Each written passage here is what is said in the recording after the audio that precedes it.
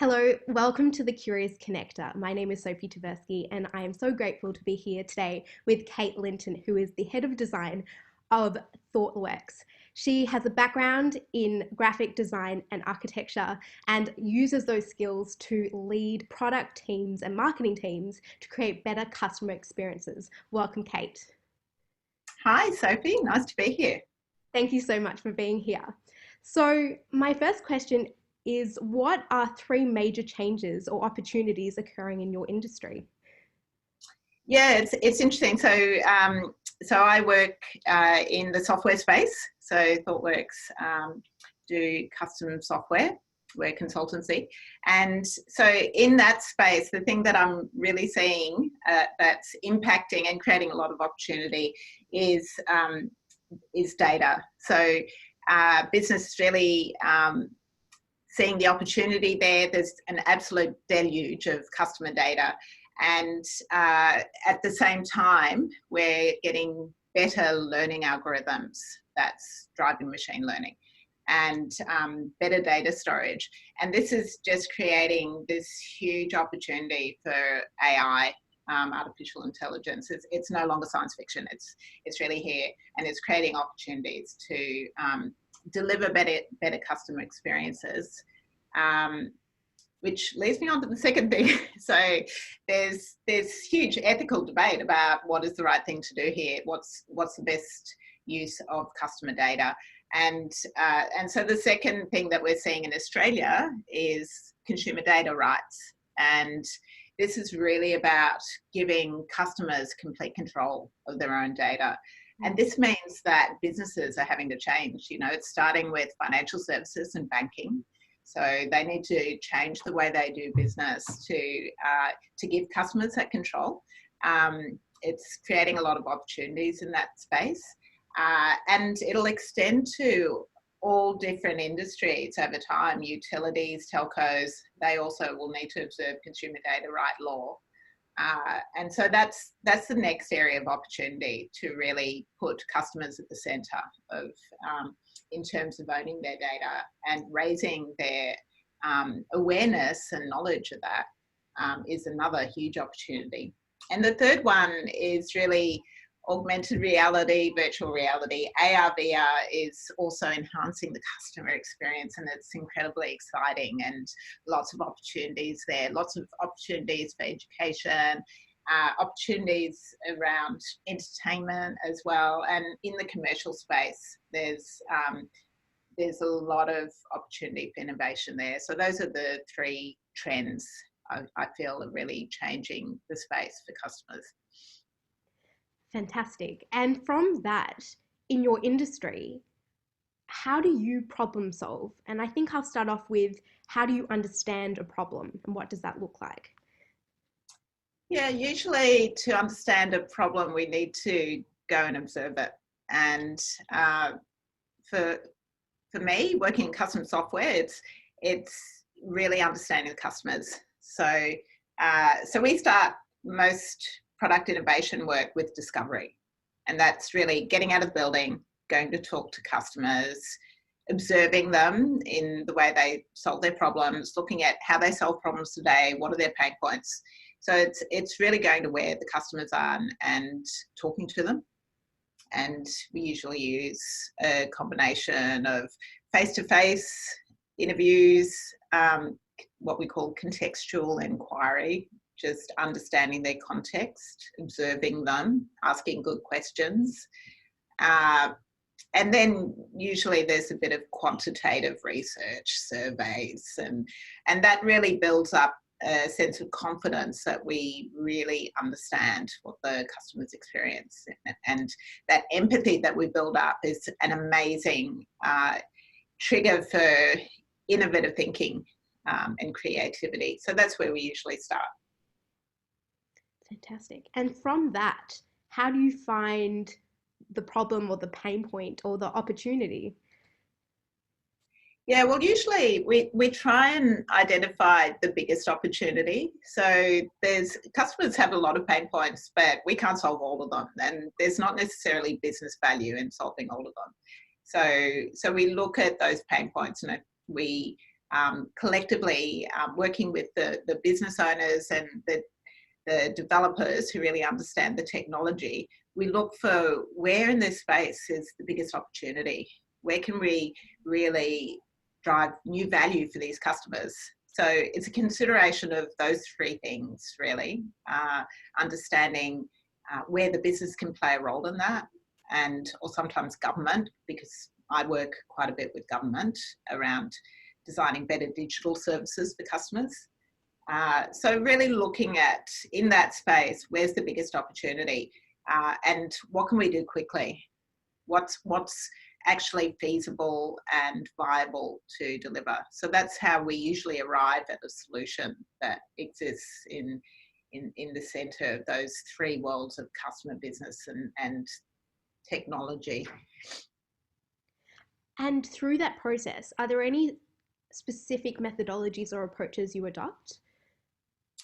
We take a very empirical approach. So we use hypothesis-driven design.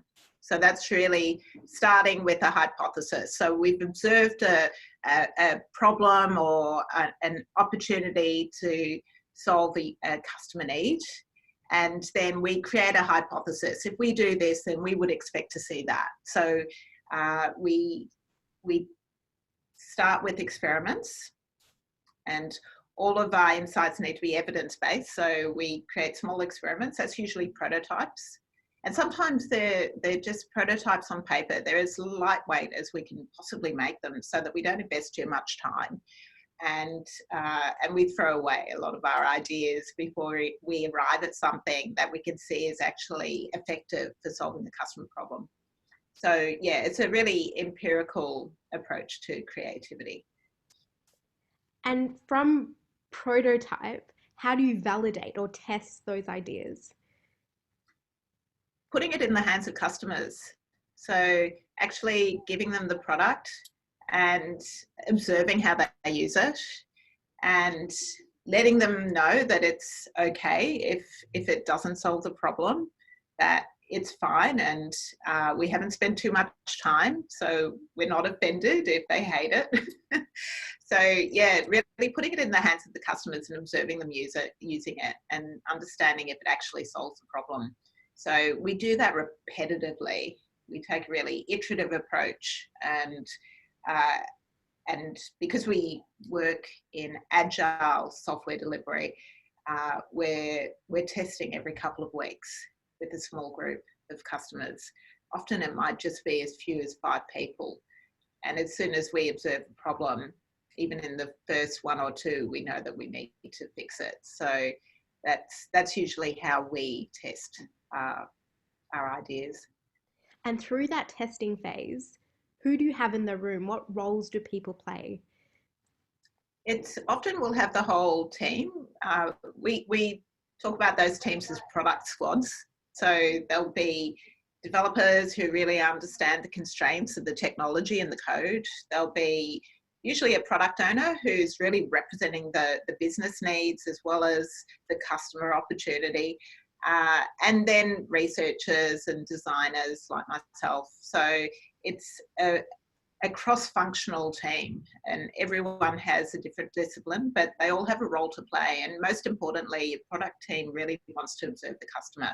They all need to understand how they can, working together, create value for that customer.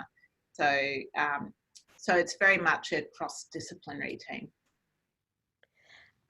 And from that, how do you know that you're doing something new or innovative?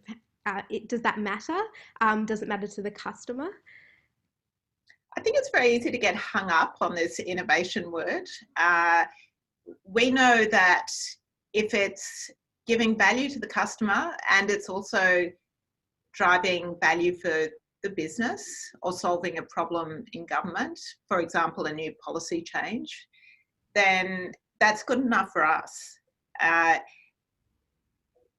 Too often we talk about being innovative, and often it's just enough to do the right thing by the customer, even if it's not particularly new or unique.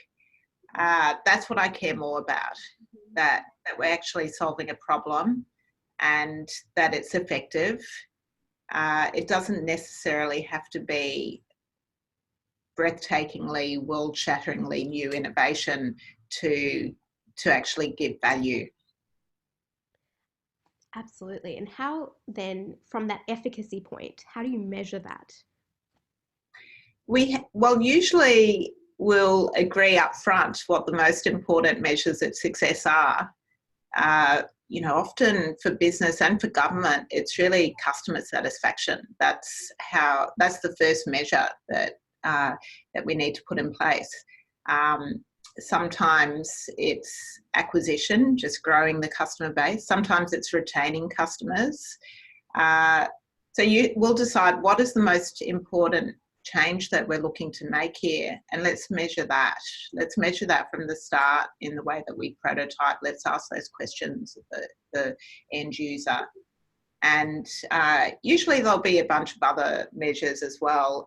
For example, for government, it's digital take-up. Government's keen to provide really solid and consistent experiences that include digital touch points. So moving customers to those digital touch points, that's a measure that we look to see, and we can only measure that over time. That's very much a lagging indicator of success. But yeah, we can measure in a number of ways, and the beauty of digital experiences is they're easy to measure. We can capture those web stats and that data really easily. So by that, the hypotheses are directly linked to the measurement. Yeah, indeed they are. Yes. Fantastic. And from that, I know that you've come from a background of architecture and then graphic design, and you work with product teams and you draw on interdisciplinary ways of working. But what other industries inspire you and your ways of working? Yeah, well, my partner's an architect, and I studied for a little while architecture before I got into graphic design and then into digital. But I'm still inspired by architecture, and the building industry work in such a different way to the way that we work in digital and in software. With buildings, you don't think about doing the minimal thing first. In architecture, you do a big upfront design piece, and then you build this complete solution. And there's really no half measures. There's no minimal viable product in that. So it's very important with architecture to set that grand vision at the start. And I think there's something that we can learn from that in digital. Too often we're focused on just delivering the smallest piece of value and then building on that over time.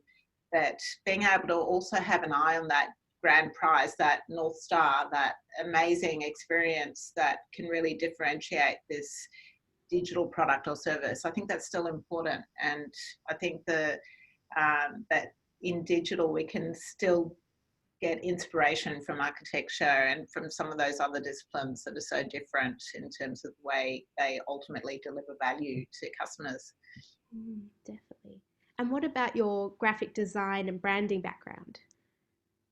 Yeah, well, my background is very much graphic design and visual communications, and in my work now, the visual experience is still really important to me. If it doesn't look good, then it probably isn't very good. And indeed, a lot of customers have that experience. They lose trust if a digital service is aesthetically unpleasant or discordant.